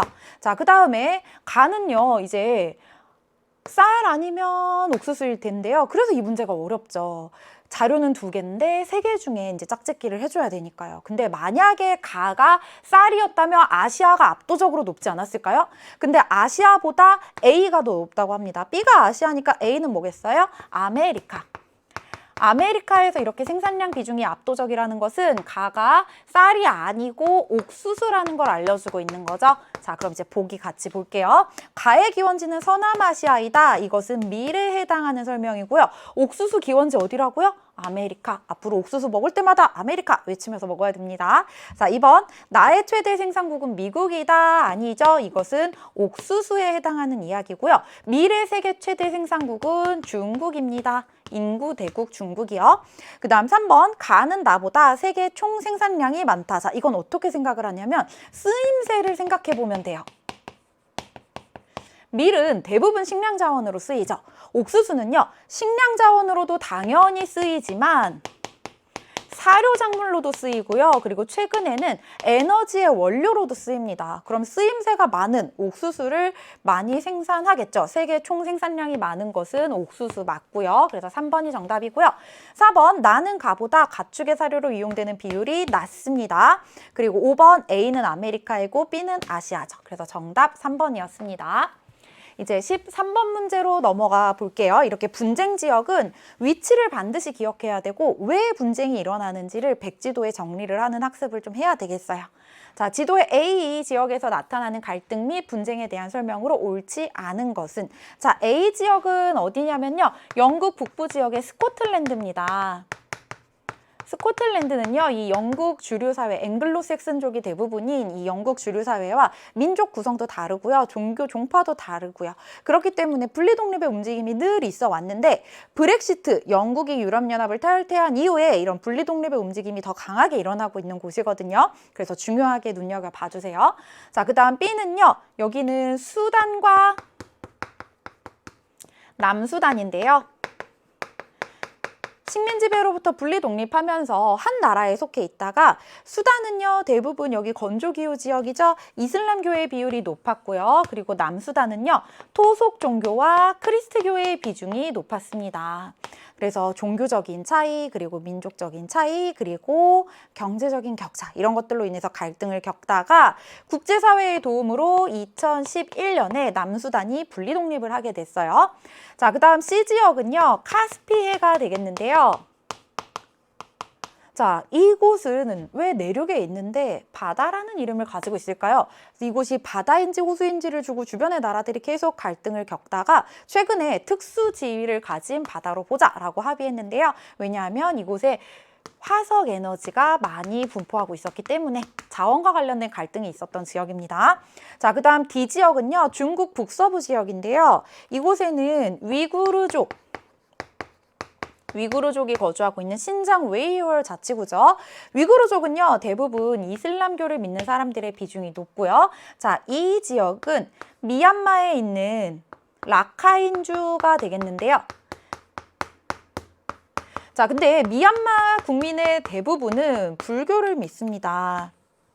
그래서 불교가 대부분인 이 미얀마에서 라카인주에는요, 라카인주에는요, 로힝야족이라고 하는 사람들이 살고 있었는데 이들이 이제 과거에 플랜테이션 노동자로 이주했던 사람들, 그들의 후손들이거든요.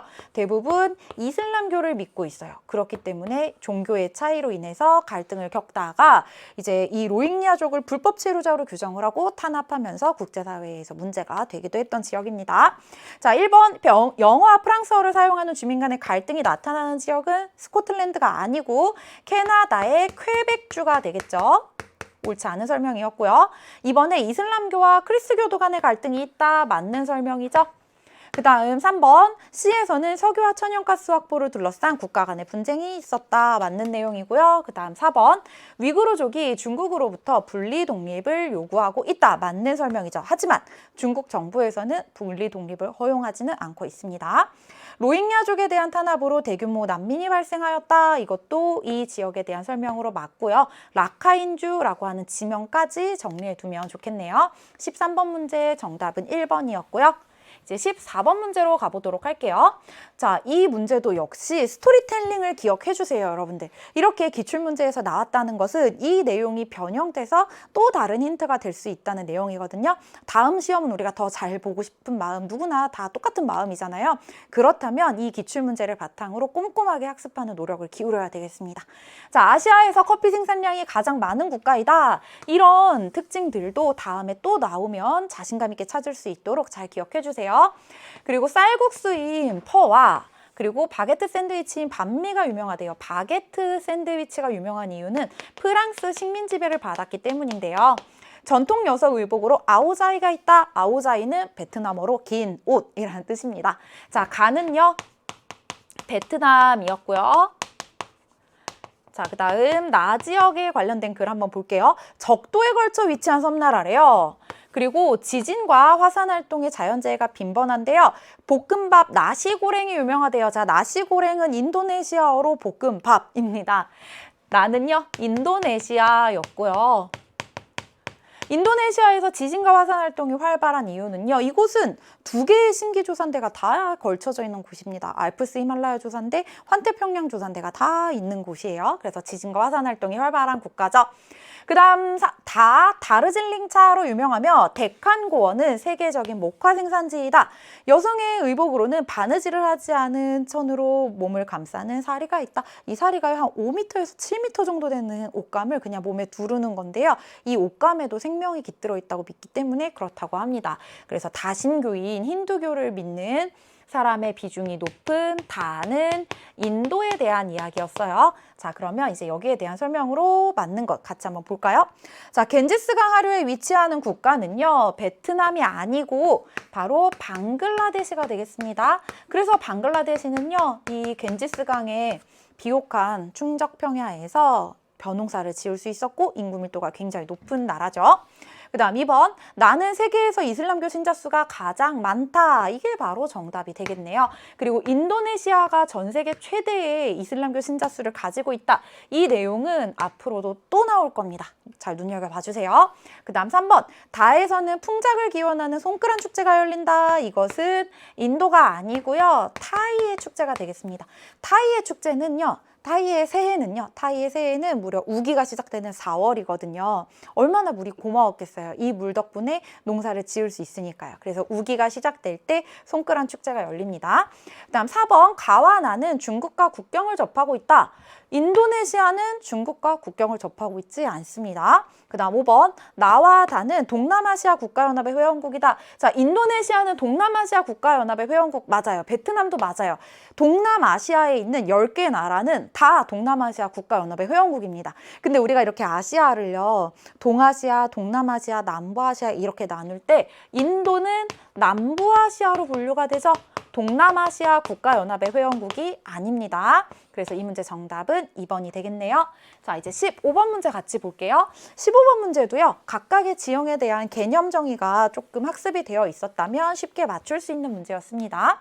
다음 자료는 지리용어 낱말 맞추기의 일부이다. 가에 들어갈 내용으로 가장 적절한 것은 자, 세로 열쇠부터 볼까요? 석회암이 풍화작용을 받아 생성된 붉은색의 토양을 뭐라고 하냐면 테라로사라고 하죠. 테라는 흙, 로사는 붉다라는 뜻입니다.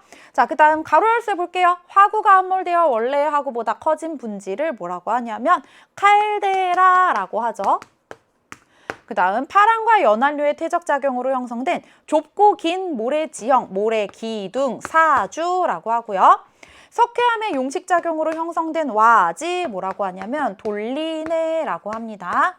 그래서 단쌤은 주자로 시작하고 리자로 끝나는 네 글자 딱 이걸 보자마자 이 단어가 떠오르는데 우리 친구들은 그렇지 않을 수 있으니까 1번부터 5번까지 보기를 먼저 볼게요.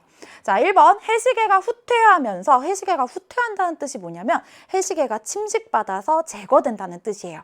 그러면서 드러나는 평탄면을 뭐라고 하냐면 파도에 침식을 받아 만들어진 대지, 파식대라고 하고요. 그 다음 비가 내릴 때에만 일시적으로 물이 흐르는 골짜기는 건조기후 지역에서 주로 볼 수 있는데요. 와디 혹은 건천이라고 합니다. 그 다음 3번 토양의 동결과용해가 반복되어 형성된 다각형의 지형은요. 구조를 가지고 있다고 해서 구조를 가지고 있는 흙, 구조토라고 하고요. 주로 툰드라 기후 지역에서 볼 수 있죠. 자, 이제 아직까지 1, 2, 3번을 봤는데 네 글자인 단어가 나오지 않았어요. 그래서 4번으로 넘어가 볼게요. 용암이 냉각 수축되는 과정에서 형성된 기둥 모양의 지형, 주상, 기둥 모양의 갈라진 틈, 주상, 전리. 이게 바로 정답이 되겠네요. 그래서 4번이 정답이었고요. 5번 경암층과 연암층이 차별 침식을 받아 형성된 탁자 모양의 지형은 바로 건조기후 지역에서 주로 볼 수 있는 매사가 되겠죠. 그래서 5번도 옳지 않은 내용이었네요. 자, 이제 16번으로 가보겠습니다. 이 16번 문제 많은 친구들 어려워했을 것 같은데요. 최근에 많이 나오는 고난도 유형의 문제고요. 이 문제 푸는 방법은 정말 간단합니다. 그리고 단쌤이 이 내용 관련해서 이 위도 경도를 통해서 위치 추론하는 내용을 수능 개념 1강에서 수능 특강 1강에서 수능 완성 1강에서 다뤘거든요. 그래서 이 문제에 대해서 나는 조금 자신이 없었다 하는 친구들은 수능 개념 1강, 수능 특강 1강, 수능 완성 1강 쭉 따라와서 들어주세요. 그러면 이제 경도, 위도 가지고 지역 찾는 거는 정말 박사가 되어 있을 겁니다. 자, 그리고 이 문제를 풀기 위해서 우리는 세계지도를 이용해야 되는데요. 세계지도가 갑자기 시험 보다가 어디 있어요? 여러분들의 시험지에 있어요. 여러분들의 시험지에 있었던 7번 문제의 지도를 데려왔습니다. 자, 같이 한번 볼게요. 가지역은요. 북위 30도 그리고 동경 31도라고 하는데요. 단쌤이 항상 우리 친구들에게 위도 경도와 관련해서 좀 랜드마크가 되는 지역을 기억해달라고 강조를 하거든요. 우선 적도에 선 긋는 거는 정말 당연한 이야기겠죠. 아까 우리 문제에도 나왔던 적도가 지나는 국가 인도네시아 지나서요. 이름 자체가 적도를 의미하는 에콰도르까지 지나서 이렇게 대략 선을 그어봤습니다. 이게 영도 적도가 되겠고요. 자, 그 다음 북반구 30도 그리고 남반구 30도 지역들을 꼭 좀 기억을 해줘야 되겠는데요. 근데 이렇게 세계지도에서 위도경도 없는데 어디를 30도로 찍어야 될까? 랜드마크가 되는 곳이요. 바로 북반구의 30도가 되는 지역은 여기 이집트 부근이요. 자, 이렇게 이집트 갈라지는 부분부터 시작해서요. 쭉 선을 그어주면 됩니다. 어디까지 긋냐면 여기요. 미국이랑 멕시코 국경 부근까지 이게 바로 북반구 30도에 해당하는 선이 되겠고요. 자, 그 다음 남반구 30도는요. 여기 오스트레일리아 꺾이는 부분 있죠. 여기가 힌트가 되겠습니다. 그래서 이렇게 대략 쭉 남반구 30도에 해당하는 곳까지 쭉 선을 그어주도록 할게요. 그러면 대략 여기 아르헨티나, 우루과이 정도 되는 요 정도 지점을 이 위도 30도를 나타내는 선이 지나게 되고요. 자, 그 다음에 이제 경도의 랜드마크가 되는 곳 그어볼 건데요. 여기 경도의 기준이 되는 국가죠. 경도는 영도에서부터 시작을 하고 영도에 해당하는 국가는 영국이 되겠습니다. 그래서 이쪽으로부터 동쪽으로 가면 동경, 그리고 이쪽에서 서쪽으로 가면 서경이 되는데요. 자, 여기에서는 우리가 문제를 푸는데 필요한 게요. 딱 여기였어요. 동경 60도, 여기 아라비아 반도 끝에서 그냥 선 쭉 그어주면 됩니다. 여기가 바로 동경 60도 부근이거든요. 자, 이렇게 우리한테 필요한 선을 다 긋고 보니까 이제 금방 문제 해결할 수 있을 것 같아요. 자, 가지역은요. 북반구 30도 부근에 위치하면서 동경 31도니까 동경 60도와 영도 사이에 한 절반 정도 되는 곳이겠네요. 여기쯤 가는 바로 이 위치겠죠. 이집트가 되겠네요. 자, 그 다음 나는요, 북반구에 24도니까 이 선보다 조금 저위도 지역입니다. 그리고 동경 54도니까 이 선보다 살짝 왼쪽이에요. 바로 여기 부근 아랍에미리트가 되겠네요. 나는 아랍에미리트였고요. 그 다음 다는요, 다는 북위 40도니까 이 선보다 살짝 고위도 지역이면서 동경 32도니까요. 여기 아까 우리가 30도 랜드마크 되는 곳 선 그었잖아요. 0도랑 60도 사이 한 절반 정도 되는 곳. 대략 여기쯤이 되겠네요. 여기 문제에서 터키라고 나온 곳이고 최근에 국가 이름을 바꿨습니다. 튀르키예가 되겠어요. 자, 이렇게 지도를 이용해서 어떤 지역인지 찾는 걸 같이 해봤고요. 가는 이집트, 나는 아랍에미리트, 그리고 다는 터키이고 2022년 6월에 국가 이름을 튀르키예로 바꿨다는 것도 기억을 해주세요. 이런 것도 얼마든지 스토리텔링형 문제에 나올 수 있겠죠. 자, 1번 가에는 수에즈 운하가 있다. 이거 보고서 어떻게 이렇게 지엽적인 것까지 다 공부를 해야 돼요 하고 당황한 친구들 있었을 텐데요. 언제나 우리가 공부하지 않은 부분, 눈여겨보지 않았던 부분은 나올 수 있어요. 그럴 때는 그냥 세모치고 넘어가면 됩니다. 내가 확실하게 아는 보기, 확실하게 틀린 보기가 나올 때까지요. 근데 사실 수에즈 운하가요, 우리 수능 특강에서 나왔었거든요. 어디에서 나왔었냐면 기억을 이렇게 건너 가보세요, 여러분들. 지리 정보 이야기할 때, 우리 지역 구분 이야기할 때요, 아프리카와 아시아의 경계가 되는 곳이 수에즈 운하 혹은 이집트의 국경이다. 이 내용 다뤘었거든요. 자, 수에즈 운하가 어디냐면 바로 여기입니다. 이 수에즈 운하가 왜 의미가 있냐면 이 운하가 개통이 되면서 이렇게 돌아가야 했던 아프리카를 그냥 가로질러서 갈 수 있게 된 거예요. 자, 그런데 이 수에즈 운하를 가지고 아시아와 유럽의 경계를 정하게 되면은요, 이집트의 일부는 아시아고 일부는 아프리카가 되잖아요. 그래서 일반적으로 이 기능을 권역을 중심으로 나누게 되면은 여기 이집트의 국경이 바로 아시아와 아프리카의 경계가 됩니다. 오랜만에 보니까 기억이 나죠, 여러분들? 자, 그래서 가에는 수에즈 운하가 있다. 맞는 설명이었고요. 2번, 나는 청장년층에서 여자보다 남자가 많다. 왜냐하면 이곳은 화석 에너지가 풍부한 아랍에미리트니까요. 근데 화석 에너지는 언젠가 고갈되잖아요. 그렇기 때문에 최근에 건설 산업을 활발하게 하고 있고, 그래서 청장년층 남성의 이주가 많이 이루어지고 있는 곳입니다. 그러니까 청장년층에서 남자가 더 많은 남초 현상이 나타나는 것 맞겠죠. 그 다음에 3번. 다는 석유 수출국 기구 회원국이다. 사실 오늘 이 강의를 찍고 있는 바로 전날 단쌤이 수능 완성 강의를 촬영을 하면서 이 석유 수출국 기구 오펙 그리고 걸프 협력회의 해당하는 국가 비교하는 문제가 앞으로 나올 수 있을 것 같다라고 얘기를 했는데 바로 다음날 시험에 이렇게 진짜로 나왔더라고요. 석유 수출국 기구의 회원국은요, 몇 개 되지 않습니다. 그리고 튀르키예는 비교적 최근에 석유 생산이 시작이 됐기 때문에 석유 수출국 기구의 회원국은 아니에요. 이런 유형의 문제 또 나올 수 있겠다, 그쵸? 그래서 이런 조금 지엽적인 문제 대비하고 싶은 친구들은요, 수능 완성에 단쌤이 단단 노트에 이런 내용들 쫙 정리해 놨으니까 수능 완성 강의 같이 보면 좋겠습니다. 그 다음 4번, 가는 나보다 1인당 국내 총생산이 적다. 자, 아랍에미리트는요, 일찍이 석유 개발이 시작된 곳이죠. 그래서 1인당 국내 총생산이 많은 편이고요. 이집트는 비교적 최근에 산업화가 이루어지고 있는 국가입니다. 그래서 이집트가 1인당 국내 총생산이 더 적다. 맞는 내용이죠.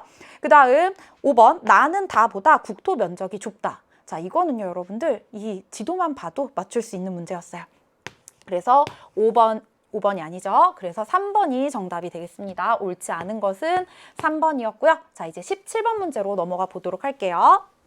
자, 그래프는 지도에 표시된 세 국가의 인구 특성을 나타낸 것이다. ABC 국가에 대한 설명으로 옳은 것은, 자, 이렇게 인구는요, 항상 선진국 한 군데, 그리고 비교적 최근에 개발이 이루어지고 있는 국가 한 군데, 그리고 둘 사이의 변화를 보여주는 국가 하나, 이렇게 세 군데로 나눠서 나오게 되거든요.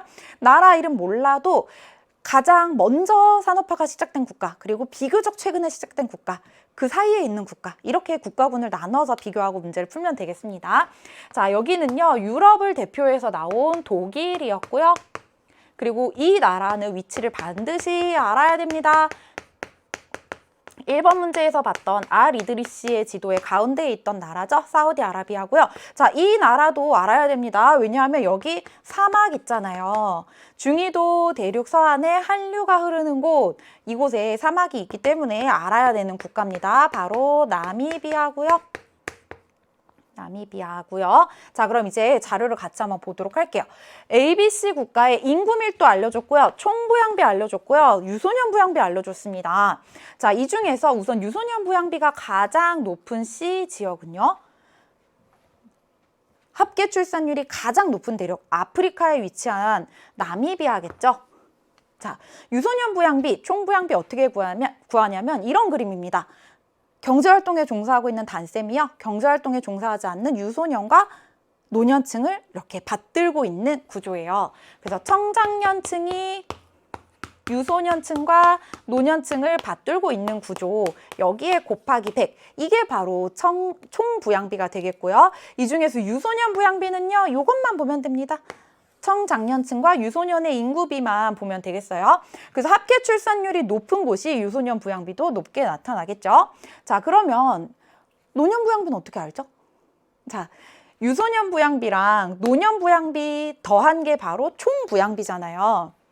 그러면 자료에서 유소년 부양비 알려줬고 총부양비 알려줬으니까 총부양비에서 유소년 부양비를 빼면 노년 부양비가 되겠죠? 총부양비에서 유소년 부양비를 빼면 총부양비에서 유소년 부양비를 빼면 노년 부양비가 나옵니다. 자, 같이 한번 해볼게요. A 지역은요. 대략 총부양비가 약 55 정도 되네요. 그리고 대략 유소년 부양비가 한 21 정도.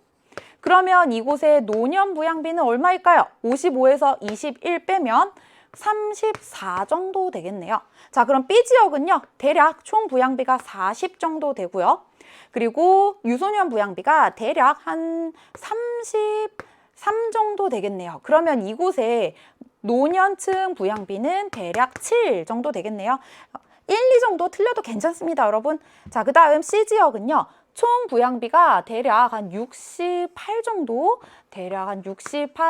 되는데요. 자, 그 중에서 유소년 부양비가 대략 한 62 정도 되겠네요. 그럼 이곳의 노년 부양비는 약 6 정도로 매우 낮다는 걸 알 수 있겠죠. 자, 그러면 노년 부양비가 가장 높은 A 지역은 어디일까요? 가장 노년 인구의 비중이 높은 독일이 되겠네요. 자, 그 다음 B 지역은요. 세 국가 중에서 인구 밀도가 낮은 편이고 그리고 유소년 부양비에 있어서도 한 중간 정도 보여주고 있죠. 세 국가에서 중간 정도 해당하는 곳이 바로 사우디아라비아인데 자, 근데 이 사우디아라비아와 관련해서 눈여겨봐야 되는 게 바로 총부양비입니다. 자, 이렇게 청장년이 유소년층, 노년층 떠받들고 있는 구조에서는요. 청장년층의 비율이 높다면 총부양비는 낮아지겠죠.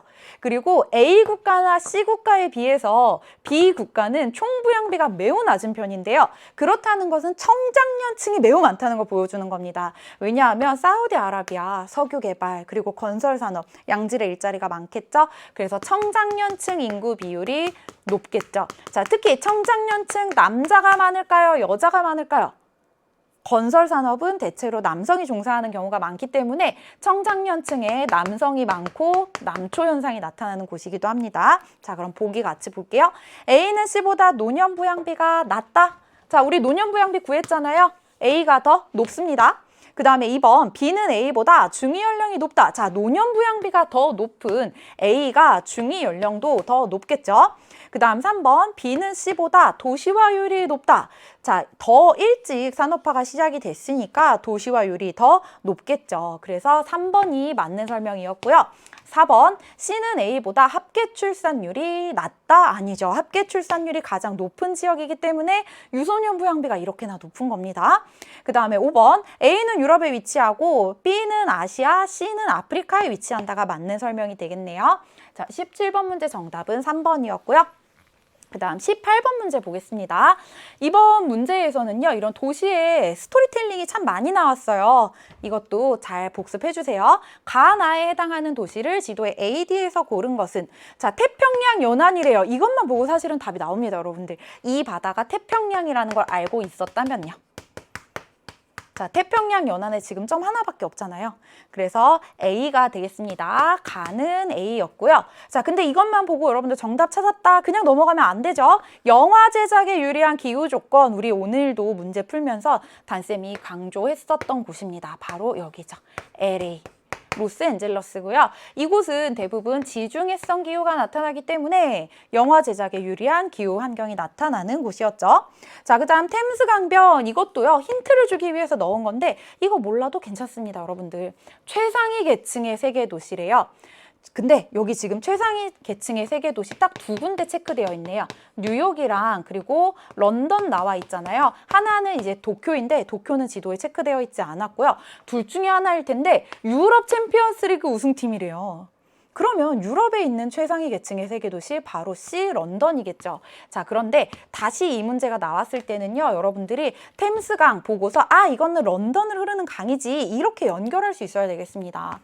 자, 런던에서부터 산업혁명이 일어날 수 있었던 게 바로 템스강 덕분에 수은을 저렴하게 이용할 수 있었거든요. 그게 바로 이 산업혁명의 원동력이 되었다는 거 꼭 기억해 주시고, 카나리워프라는 금융지구를 개발하여 국제자본 네트워크의 중심지가 되었다. 이러한 내용들도 잘 기억해 주세요. 하나 남은 D는 어디였냐면 유럽의 문화 수도로 불리는 프랑스의 수도 파리가 되겠습니다. 자, 이렇게 18번 문제도 쉽게 풀어봤고요. 이제 19번 문제 같이 볼게요. 그래프는 지도에 표시된 세 지역의 기후 자료를 나타낸 것이다. ABC에 대한 설명으로 옳은 것은? 자, 기후에서 지도가 나왔다. 우리 뭐부터 해야 되죠? 적도에 선부터 그어야 되죠. 자, 이렇게 적도에 선을 쭉 그어 보니까요. 한 지역은 북반구에 위치한 곳이네요. 자, 단쌤은 사실 이 그래프를 보지 않아도 이 지역의 위치만 보면 이곳이 어떤 기후인지 바로 떠오르는데요. 근데 우리 친구들은 여기에서 선뜻 이곳이 어떤 기후이다 작성하지 못하는 이유가 온대 기후인 것까지는 알아요. 근데 이게 온대 겨울 건조 기후인지 온난 수분 기후인지가 항상 헷갈리잖아요. 근데 여러분들 우리나라 남부 지역에도요. 온난 수분 기후가 나타나거든요. 그래서 그러한 곳들을 중심으로 귤이나 차와 같은 겨울철에 잘 자라는 작물들을 키울 수가 있어요. 자, 그래서 우리나라 제주도를 기준으로 선을 딱 그어 보세요, 여러분들. 이렇게 중국 동해안 지역에 점이 찍혀 있는데 우리나라 제주도보다 위도가 높다면 온대 겨울 건조 기후 지역이고요. 우리나라 제주도보다 위도가 낮은 곳에 점이 찍혀 있다면 온난 수분 기후 지역입니다. 이렇게 구분하면 금방 문제 해결할 수 있겠죠.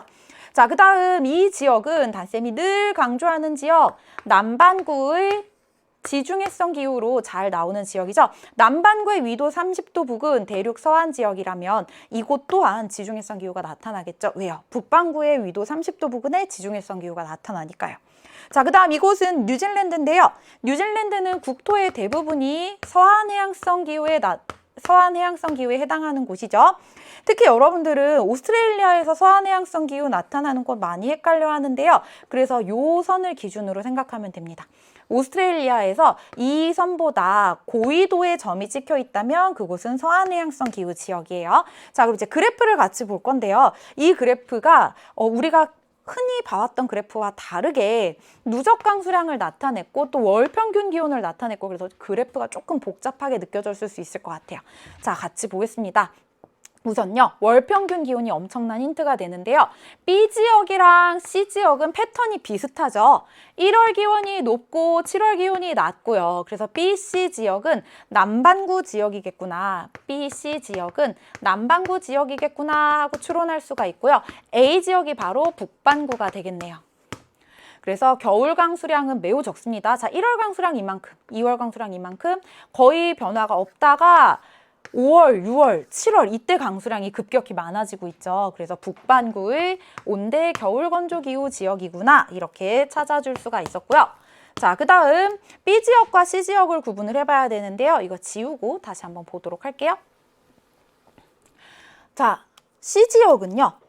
1월 강수량이 이만큼이고요. 2월 강수량도 이만큼, 3월 강수량도 이만큼 모든 달의 강수량이 비교적 고르게 많습니다. 자, C 지역은 어디일까요?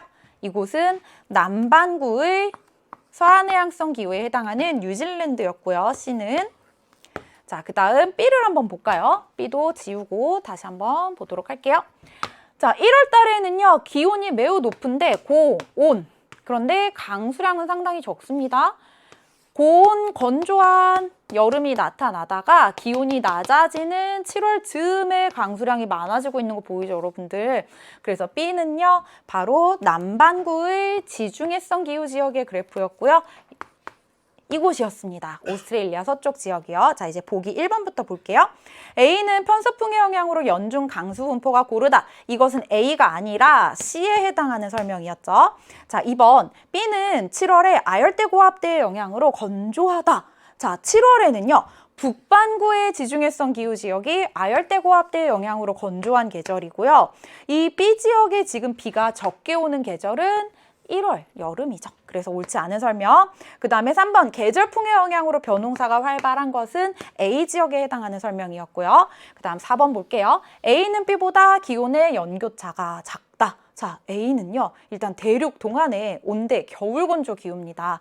기온의 연교차를 이 그래프에서 어떻게 알 수 있을까요? 바로 최하늘과 최나늘의 기온 차이를 이 그래프에서 그대로 그려주면 되겠죠. 자, A 지역은요, 최나널 그리고 최하늘의 기온차가 이만큼이나 되네요. 그리고 B 지역은요. 최나널 그리고 최하늘의 기온차가 이만큼밖에 되지 않네요. 그래서 A는 B보다 기온의 연교차가 크다고 볼 수가 있겠죠. 그 다음에 5번 B는 C보다 겨울철 강수 집중률이 높다. 이게 바로 겨울철에 편서풍과 전선대의 영향을 받아서 강수량이 많고 여름철은 고온 건조한 이 온대가 아니죠. 이 지중해성 기후 지역의 특징이라고 할 수가 있겠습니다. 그래서 5번이 옳은 설명이 되겠네요. 자, 이제 오늘의 마지막 문제 20번 문제로 가보겠습니다. 지도는 중남부 아메리카의 도시 분포를 나타낸 것이다. 이에 대한 설명으로 옳지 않은 것은, 자, 여기 있는 도시들은 이름을 반드시 기억해 주세요. 다음에 또 나왔을 때 이 지역들 위치 그리고 어떤 나라의 어떤 도시이다가 바로바로 나올 수 있어야 됩니다. 자, A는요, 콜롬비아의 수도인 보고타고요. 우리 아까 이 남부 아메리카에서 열대 우림 기후가 어디까지 나타나는지 확인하기 위해서 이렇게 쭉 선 그으면서 조심해야 되는 게 여기에 안데스 산지가 있었지, 이 내용이었잖아요. 보고타는요, 안데스 산지에 위치한 곳, 그래서 열대 고산 기후가 나타나는 지역입니다. 자, 그 다음에 B 지역은요, 여기는 아까 우리가 남반구 위도 30도 선 그을 때 걸쳐지는 지역 부분이거든요. 여기는요, 대부분 온대기후 지역이 나타나는 곳이고요. 에스파냐어로 좋은 바람, 부에노스아이레스가 되겠습니다. 부에노스아이레스고요. 자, 그 다음에 C 지역은요, 브라질에서 인구 규모 1위인 도시입니다. 반드시 알아놔야 돼요. 상파울루고요. 자, 바로 옆에 있는 리우데자네이로도 인구가 상당히 많습니다. 그런데 이렇게 해안 지역에만 도시 지역이 집중되어 있다 보니까 브라질 정부에서는요, 1960년대에 수도를 이전합니다. 내륙의 브라질리아로요. 그래서 브라질의 수도는 내륙에 있는 브라질리아가 되겠습니다. 자, 수위 도시는 뭐냐면 단순히 인구 규모 1위인 곳이고요. 수도는 그 나라의 행정기관의 중심지가 모여 있는 곳을 의미하는 거예요. 자, 1번 아르헨티나에서는 종주도시화 현상이 나타난다. 종주도시화 현상은요, 1위 도시의 인구 규모가 2위 도시 인구의 2배 이상일 때, 그래서 1위 도시에 너무 많은 인구가 모여있을 때를 이야기하는데요. 지금 보니까 부에노스아이레스의 인구는 이만큼인데 다른 지역들의 인구는 약 500만 명 수준이네요. 그래서 부에노스아이레스 인구가 2위 도시 인구보다 2배 이상이구나, 종주도시화 현상이 나타나는구나 하는 걸 알 수가 있겠죠. 그 다음 멕시코는 에콰도르보다 인구 500만 명 이상의 도시수가 많다. 에콰도르를 알아야 풀 수 있었네요. 자, 이름 자체가 적도를 의미하는 국가입니다. 여기서 여러분들이 적도를 찾기가 어렵다면 우리 오늘 얻은 힌트 있잖아요. 시험지 어딘가에는 세계 지도가 있고 거기에는 적도가 표시되어 있을 겁니다. 에콰도르 바로 여기 있고요. 인구 500만 명 이상의 도시가 2개라고 표현되어 있네요. 그에 비해서 멕시코는 이렇게나 많은 도시들이 있습니다. 그래서 멕시코가 더 대도시 수가 많다, 맞는 설명이고요. 자, 인구 1000만 명 이상의 도시 수가 가장 많은 국가는요, 바로 브라질이네요. 브라질은 이 중남부 아메리카에서 포르투갈어를 사용하는 사람의 비중이 높다. 이 내용 정말 자주 출제되는 내용이죠. 그 다음 4번 볼게요. A는 B보다 해발 고도가 높은 곳에 위치한다. 이것도 정말 자주 나오는 내용이고요. 자, 5번 잘 봐주세요. C는 소속된 국가의 수도이다. 아니죠. 수위 도시입니다. 인구 규모가 가장 많은 곳 수위 도시이고 수도는 어디라고요? 내륙에 있는 브라질리아 균형 개발을 위해서 일부러 계획적으로 개발한 도시가 되겠습니다. 자, 이렇게 우리 오늘 문제 다 풀어봤습니다, 여러분들. 그래서 내가 지금 몇 점을 받았는지에 일희일비할 필요가 없어요. 이번 시험 잘 봤다고 해서 좋으면 물론 좋겠죠. 성적을 잘 받으면. 근데 너무 좋아하고 자만하고 여유를 부려서도 안 되고요. 그리고 이번 성적이 좋지 않다고 해서 실망하고 절망하고 세계지리 공부 손 놔버리면 절대 안 됩니다. 왜냐하면 우리 7월 학력평가 성적 가지고 대학 가는 거 아니잖아요.